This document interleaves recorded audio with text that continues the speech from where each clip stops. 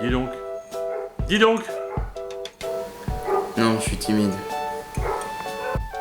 La timidité. Comment surmonter sa timidité? C'est un vrai obstacle dans nos relations avec les autres. Parce que la timidité nous enferme sur nous-mêmes, elle nous fait fuir la réalité, elle crée un isolement et nous fait rater bien des occasions. Pour beaucoup, la timidité est une vraie souffrance parce qu'on envie ceux qui ne connaissent pas ce problème. Ils nous semblent tellement à l'aise dans toutes leurs relations, tu vois. Ils réussissent à se faire entendre. Il y a même des gens qui les suivent, tu vois, ils sont des leaders. Et nous, les timides, eh bien, on est laissés pour compte. Comment surmonter sa timidité? Est-ce que tu peux surmonter ta timidité? La réponse est oui, tu peux surmonter ta timidité. Il te faut d'abord découvrir ce qui est à l'origine de ce comportement. Parfois, le timide ne parle pas parce qu'il a peur de dire une bêtise, tout simplement, ou parce qu'il a peur de mal s'exprimer. D'autres fois, il ne cherche pas à faire connaissance avec quelqu'un parce qu'il a peur de paraître stupide, ou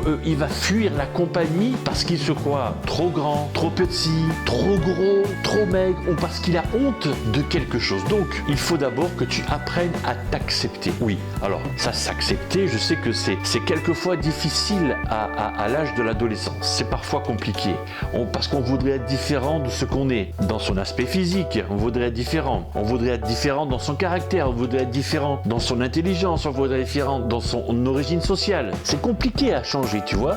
Un sentiment d'infériorité nous emprisonne progressivement. Mais t'accepter, ça signifie que tu apprennes à être ce que tu es. Apprendre à être toi-même, à vivre ce qui ne peut être changé, mais aussi à modifier ce qui peut l'être. Et puis, il faut aussi que tu commences à t'intéresser aux autres, à t'ouvrir aux autres, parce que tu es trop centré sur toi-même. Donc, écoute les autres avec affection et avec attention quand ils te parlent d'eux-mêmes, parce que aujourd'hui c'est tellement rare les gens qui écoutent. Il y a beaucoup de gens qui parlent d'eux-mêmes, qu'on parle entre nous ou même par des textos ou autre chose, tu vois. On parle, mais c'est rare les gens qui écoutent. Et quand on tombe sur quelqu'un comme ça, on se dit mais il est vachement sympa ce gars, elle est vachement sympa cette fille, tu vois. Et du coup c'est plus quelqu'un de timide, c'est quelqu'un de sympathique, et ça va te donner confiance et ça va t'aider pour avoir d'autres contacts. Alors bien sûr, le Seigneur Jésus peut t'aider dans ton problème. Il peut te transformer si tu lui demandes, si tu veux, bien sûr. Il peut t'apprendre aussi à penser aux autres, à être là pour eux et à t'extérioriser si tu lui appartiens. Souviens-toi, Paul qui écrivait à un jeune ami et il lui dit « C'est pas un esprit de timidité que Dieu nous a donné, mais un esprit de force, d'amour et de sagesse. » C'est pas une critique, hein, c'est un conseil qu'il donne là. Alors, si tu n'appartiens pas encore à Jésus, pourquoi ne pas lui demander maintenant de faire de toi son enfant? Ce sera le premier pas pour vaincre la timidité et vivre une vie nouvelle.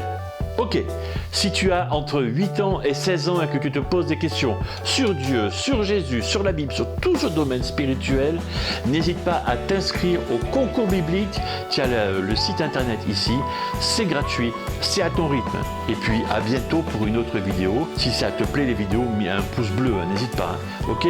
Et puis prends soin de toi, prends soin de ceux qui te sont chers et n'oublie jamais, Dieu t'aime. Salut!